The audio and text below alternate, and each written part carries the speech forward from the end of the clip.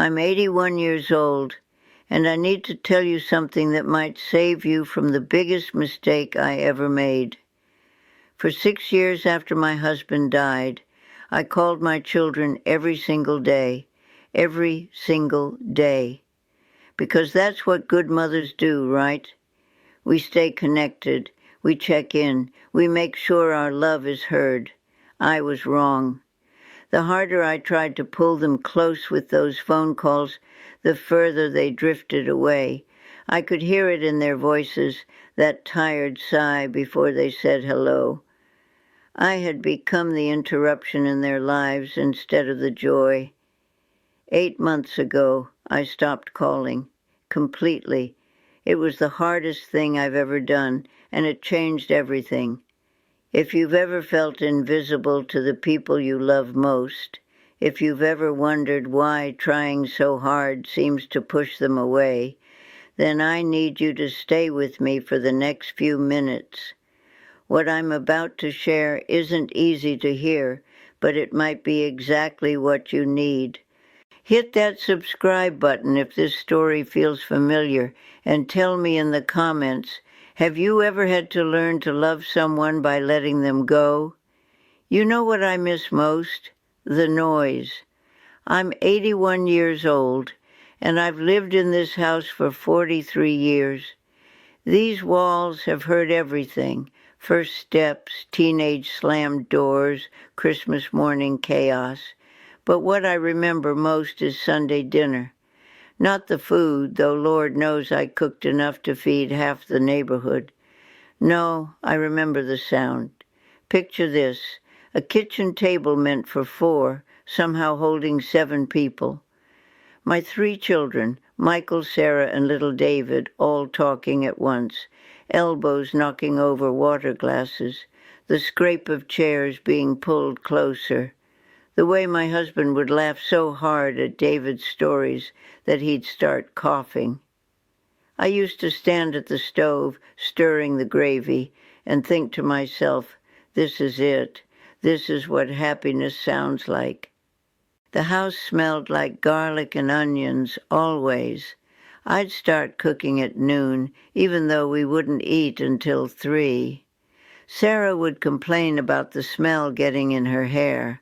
Michael would sneak tastes when he thought I wasn't looking.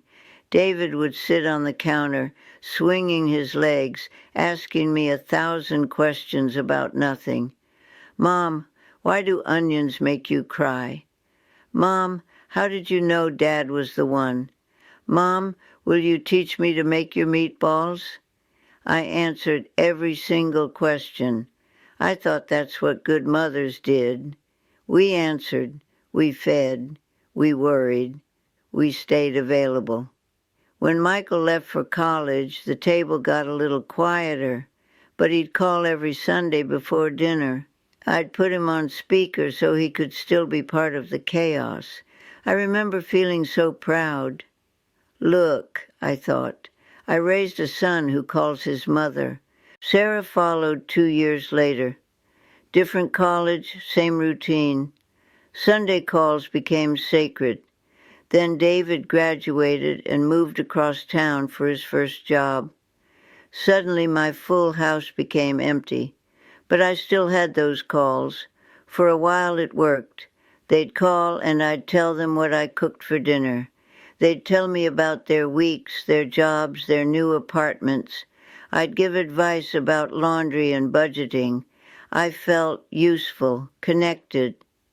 When Robert died 6 years ago, those calls became my lifeline. I remember the first Sunday after the funeral. I set the table for one, but I couldn't bring myself to eat at it. Too quiet, too big. So I sat by the phone instead, waiting for their voices to fill the silence. And they did call, all 3 of them. They took turns like they'd planned it. Michael at 6, Sarah at 7, David at 8. They asked how I was doing. They told me they loved me. They promised to check on me more often. That's when I made the biggest mistake of my life. I thought their grief calls meant they needed me to call them too. So I did. The next day, and the next, just to check in, I told myself, just to make sure they were okay. After all, they'd lost their father, too. Surely they needed their mother's voice as much as I needed theirs. At first, they seemed happy to hear from me. "Hi, Mom," they'd say, warm and welcoming. We'd talk about their jobs, the weather, what they had for lunch. But slowly, so slowly I didn't notice at first, something changed. The warmth became politeness. The conversations got shorter. And that sound I'd been chasing, that beautiful noise of my children's voices, it started to sound different. It started to sound like duty. It's funny how you can hear someone pulling away from you through a telephone wire. Sarah was the first to change. She started answering with, "What's wrong, Mom?" instead of "hello," every single time, as if the only reason I could possibly be calling was because something terrible had happened. "Nothing's wrong," I'd say, my voice getting that high defensive pitch I hated. "Can't I just call my daughter?" But even as I said it, I could hear how it sounded, needy, clingy, like the kind of mother I'd always sworn I wouldn't become.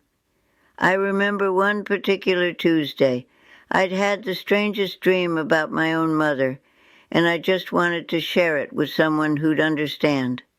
Sarah picked up on the third ring. "What's wrong, Mom?" Same question, same tired edge. "I had this dream. Mom, I'm actually heading into a meeting. Can we talk later?" Later never came.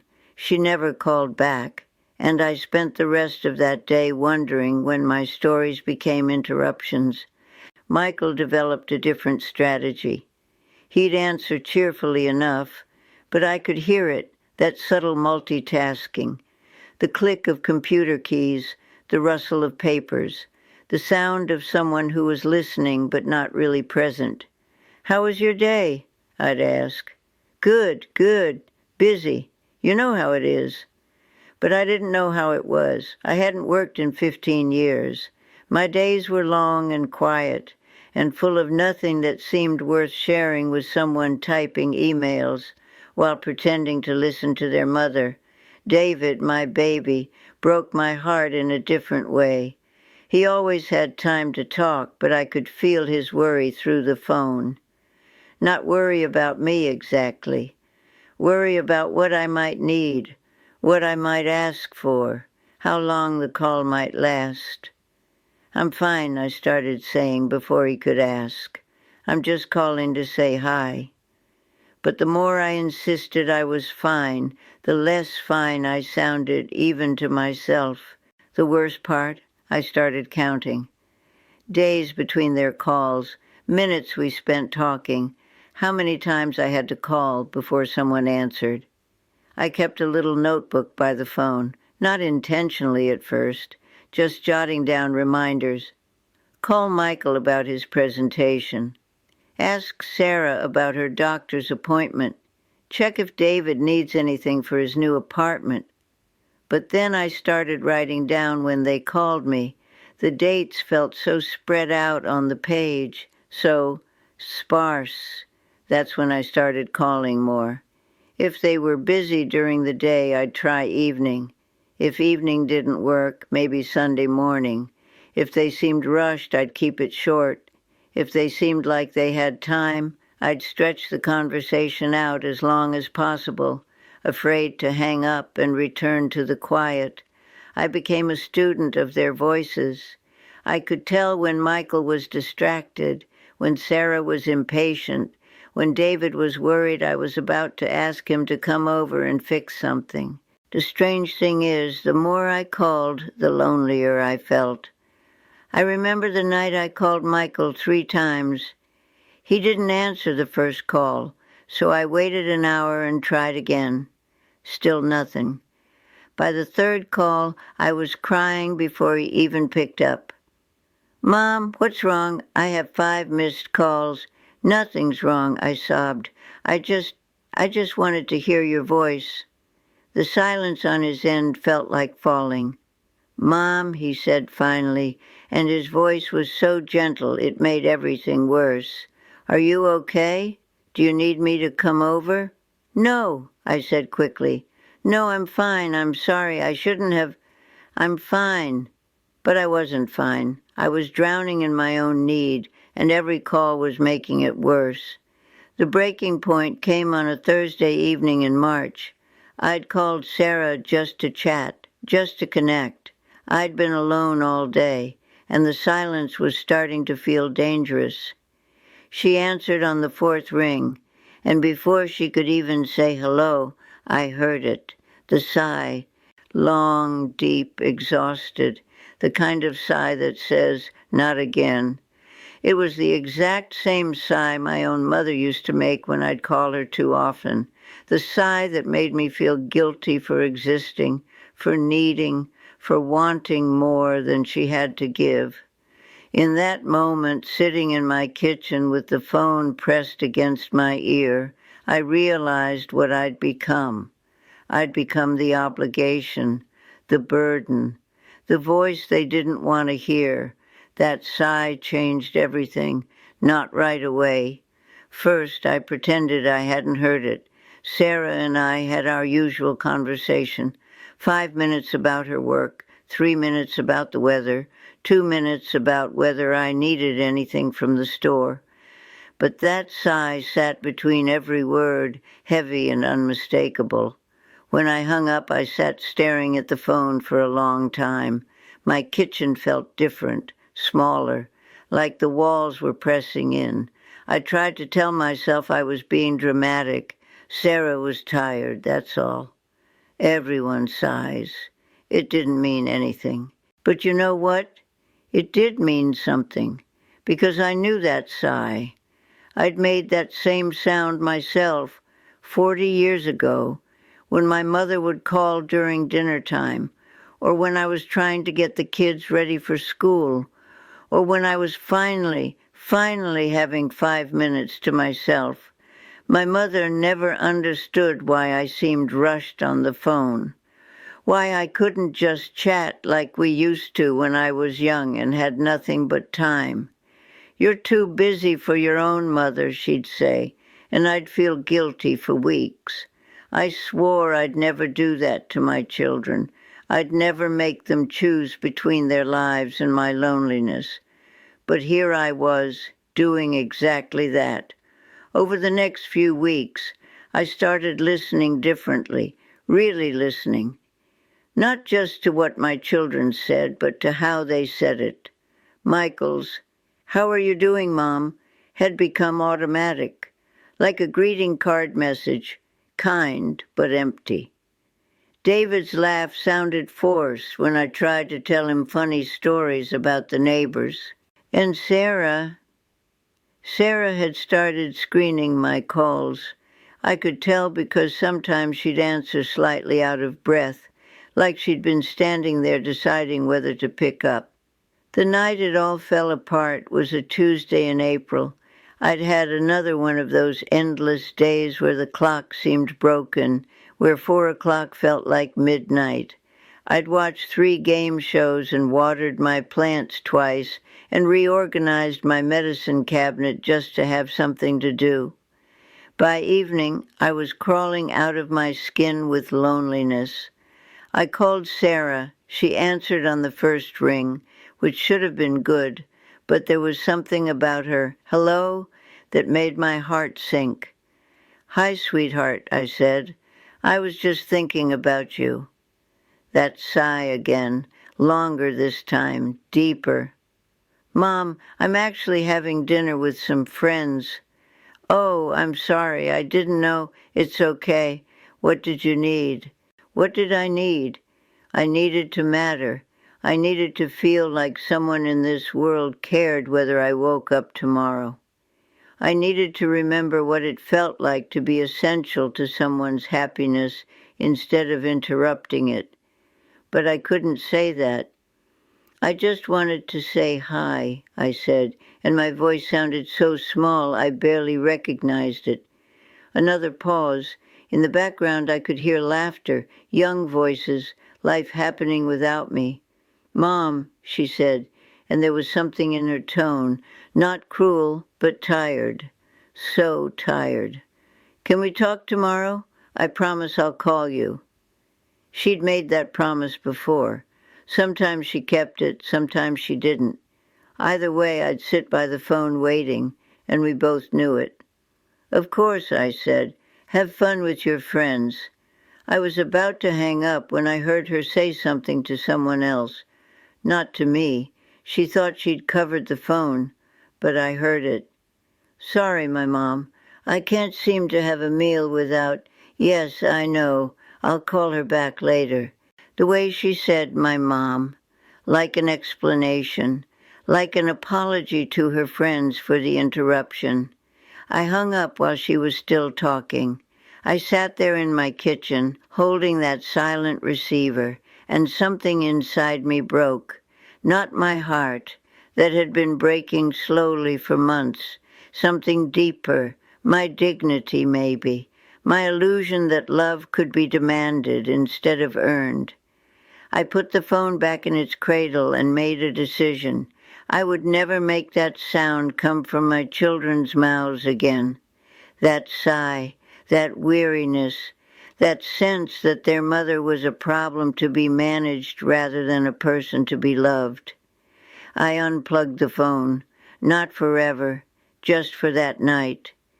I needed to sit with my silence and figure out how I'd gotten here, how I'd become the kind of mother who had to force her children to pay attention to her. When I plugged it back in the next morning, I didn't call anyone. I waited to see if anyone would call me. They didn't. 8 months. That's how long it's been since I stopped calling. The first week was the hardest. I'd sit at this kitchen table every evening at 8 o'clock, the exact time I used to make my rounds, and stare at that phone like it was a test I was determined not to fail. My hands would itch to dial. I'd think of a dozen reasons to call. Michael had mentioned a work presentation. Sarah had that doctor's appointment. David was thinking about adopting a dog. Surely a good mother would follow up on these things, but every time I reached for the receiver, I'd hear that sigh, that tired, defeated sound that meant I'd become a burden instead of a blessing. So I'd make myself tea instead. I'd sit with my silence and try to remember who I was before I became so afraid of being forgotten. The house felt enormous those first few days. Every creak seemed louder. Every tick of the clock echoed. I understood finally why people leave the TV on just for the voices. But slowly, so slowly I almost didn't notice, something shifted. Week 2, I started hearing other things. Birds outside my window, the way rain sounds different on various parts of the roof. My own breathing, steady and calm. Week 3, I rediscovered my garden. Really looked at it, not just watered it while thinking about who I needed to call. The roses I'd planted 20 years ago were thriving without my constant attention. Imagine that. Week 4, Mrs. Patterson from next door knocked on my door with a plate of cookies. We sat on my porch and talked about her grandson's wedding, about the new family that moved in across the street, about nothing important and everything real. "You seem different," she said before she left. Calmer. I almost told her about the phone, about my children, about the silence I was learning to live with. But instead I just smiled and said, "I'm learning to enjoy my own company." Week 6, something wonderful happened. The phone rang on a Tuesday afternoon. Not evening, afternoon. I almost didn't answer because I wasn't expecting anyone. "Hi, Mom." Sarah's voice, but different, lighter somehow. I was walking through the park, and I saw these daffodils that reminded me of the ones you planted by the front steps. They're beautiful right now, aren't they? We talked for 20 minutes about flowers, about spring, about how the light looks different this time of year. She didn't sound rushed. I didn't feel desperate. When the conversation ended naturally, we both seemed satisfied. "I love you, Mom," she said before hanging up. "I love you too, sweetheart." After she hung up, I sat there holding the phone and crying, not sad tears, grateful ones. This is what it sounds like when your child chooses to call you instead of feeling obligated to. Michael called the following week. Something funny had happened at work that reminded him of a story his father used to tell. We laughed together, really laughed, for the first time in months. David called last Sunday, just as I was making my small dinner for one. "What are you cooking?" he asked. And when I told him about the simple pasta I was making, he said, "That sounds perfect. I think I'll make the same thing." So we cooked together over the phone, him in his apartment, me in my kitchen. We didn't talk about anything profound, just garlic and olive oil and how much salt to add to the water. But it felt like those old Sunday dinners, connected, easy, real. I still sit by the phone some evenings, but now I'm reading or knitting or just watching the light change outside my window. The phone is just a phone again, not a lifeline or a weapon or a measuring stick for love. Sometimes it rings, sometimes it doesn't. Both are okay now. I'm learning that love is like breathing. The harder you try to control it, the more it fights back. But when you relax, when you trust, when you stop grasping, it flows naturally. My children love me. I know this now in a way I didn't before. Not because they call me every day, but because when they do call, I can hear it in their voices. They're not calling from duty or guilt. They're calling because they want to share something with me, a flower that reminded them of home, a story that made them laugh, a recipe they want to try. This morning I made my coffee and sat at this old kitchen table, looking at the phone without needing anything from it. The sun was coming through the window just right, hitting the receiver, making it glow. And I realized something that took me 81 years to understand. The sound I'd been chasing all along, that beautiful noise of love and connection and family, it was never supposed to be forced. It was supposed to be given freely, received gratefully, and allowed to exist in its own time. The best conversations happen when nobody has to have them. The sweetest "I love you" comes without being asked for, and sometimes the most loving thing a mother can do is give her children permission to miss her. I'm still learning to be alone, but I'm no longer learning to be lonely. There's a difference, you know, a big one.